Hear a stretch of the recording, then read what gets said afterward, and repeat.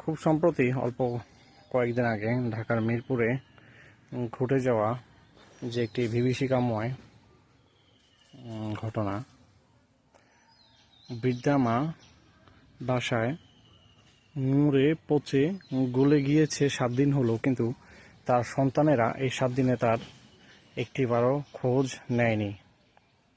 তার খোঁজ যদি নিত তখনই তো তারা জানতো যে তাদের মা আর বেঁচে নেই। অথচ এই সন্তানগুলোই আমাদের দেশের তথাকথিত শিক্ষিত শ্রেণীর অনেক বড় পর্যায়ের লোক, যাদেরকে আমরা ওয়েল সেটেলড বলি। একজন কানাডা প্রবাসী, একজন মংলা পোর্টের যুগ্ম সচিব, আরেকজন বুয়েটের লেকচারার, আরেকজন মেয়ে শিক্ষিকা, স্কুল শিক্ষিকা। তো এরকম একটি হাই সোসাইটি ফ্যামিলি থেকে যখন এরকম কোনো ঘটনা ঘটে, আসলে আর বুঝার বাকি নাই যে আমাদের যে একাডেমিক শিক্ষাটা, এই শিক্ষা লাভ করে আমরা শুধু নিজেদের ভবিষ্যৎকে গড়ার কাজেই লাগাই, কিন্তু আমাদের পরিবার আমরা ধ্বংস করি নিজের হাতে। আত্মীয় স্বজন, বাবা মায়েদের ধ্বংস করি আমরা নিজের হাতে। যার একটি চাক্ষুষ উদাহরণ মিরপুরের নূরজাহান বেগমের ঘটনাটা। বৃদ্ধা মহিলা তিনি হয়তো এটা কখনো ভাবেননি যে তিনার সন্তানেরা এরকম করবে, অথচ পাশের রুমেই বৃদ্ধার মেয়ে থাকতো। কি পরিমাণ অবহেলায় একটি মা থাকতো তার প্রমাণ হলো এটি।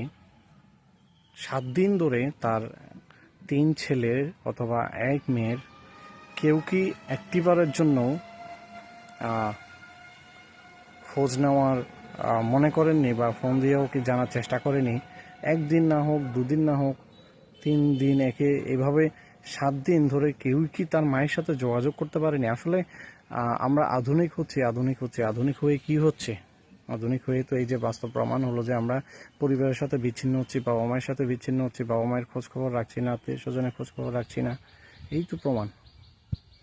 তো আসলে আমাদেরকে পড়ালেখায় শিক্ষিত না হয়ে পারিবারিকভাবে পারিবারিক শিক্ষাগুলো আমাদেরকে অর্জন করতে হবে, যেখানে বাবা মায়ের বন্ধন থাকবে, ভাই ভাইয়ের ভালোবাসা থাকবে, ভাই বোনের ভালোবাসা থাকবে, একজন আরেকজনের দিক থেকে মুখ ফিরিয়ে নেবে না। এরকম একটি সমাজ আমাদের দরকার, এরকম একটি পরিবেশ আমাদের দরকার।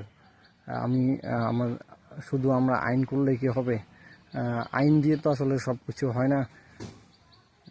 অথচ এই যে বাবা মায়ের সেবা যত্ন না করলেই 2013 সালের আইন অনুযায়ী 1 লক্ষ টাকা জরিমানা, অনাদায়ে 3 মাসের বিনাশ্রম কারাদণ্ড।